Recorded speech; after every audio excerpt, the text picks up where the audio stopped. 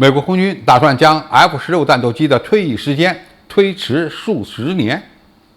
地主家真的没有余粮了。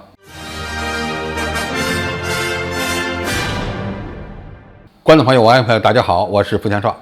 在很多人看来，美国正在批量生产的 F-35A 战斗机将用于替代日益老旧的 F-16战斗机，这样才能满足美国大国竞争的需要，特别是对抗中国军队崛起的需要。但是，当地主家也没有余粮时，美国人也不得不做出妥协，甚至不得不在退役 F-22隐身战斗机的同时，保留一支庞大的 F-16机队。美国空军官员近日证实，在可预见的未来 ，F-16战斗机机队的一部分将继续服役。这将是 F-16战斗机在空中飞行数十年后才知道接下来会发生什么。最近，美国空军杂志发表了约翰·蒂尔帕克的一篇文章。他在这篇文章中说，美国空军生命周期管理中心简报会的普遍共识是，空军并不急于取代拥有数十年历史的 F-16战斗机。美军正计划继续进行广泛的升级和现代化工作，以保证 F-16作为美国空军规模保持者的地位。美国空军近日表示，他并没有放弃其 F-35A 的采购计划，但是这并不等于不会调整采购规模。目前 F-16战斗机仍有1763架，这是一个令人震惊的庞大数字，是 F-16战斗机能够继续飞行的主要举措是它的使用寿命延长计划。该计划旨在将大约300架最新的 F-16战斗机的飞行时间从 Block 40、42延长到 Block 50、52批次的标准，以保持 F-16战斗机能够服役到2048年。负责 F-16项目的军方经理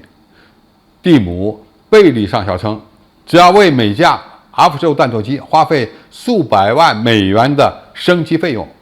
它就可以额外的提升20年的寿命。美国还计划对 F-16战斗机进行多达22次的修改，旨在提高其杀伤力，包括增加一个中央显示屏、换装有源相损雷达、新的电子战系统、先进的任务计算机，以及包括更新的 Link-16数据链功能的通讯套件升级。F-16还计划使用雷达吸波图层，以减小其雷达反射截面积，从而改善其生存能力。无论美国空军决定做什么，似乎大幅度的改进 F-16战斗机是为了节省更多的费用，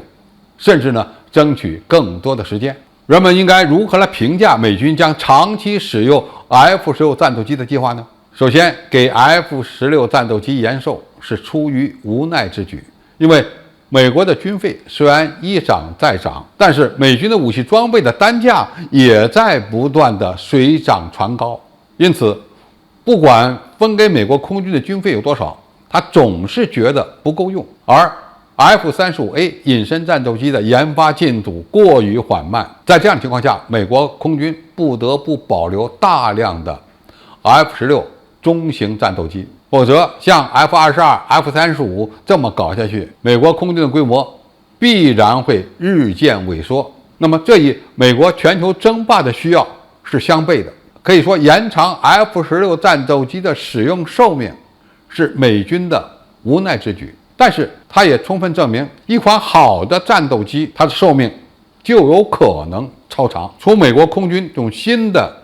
装备体制的调整情况可以看出，第4代战斗机虽然很好，但它们也存在着价格昂贵、使用费用高等不利之处。那么未来维持战机规模和综合作战能力最好的办法，那就用先进的第4代战斗机与经过升级改造的第3代战斗机搭配使用。而我们国家目前同时量产歼20隐身战斗机以及歼16、歼10C这2款3代半战机，其选择可以说是非常英明和正确的。好，今天的评述就到这里，谢谢大家收看，我们下期再见。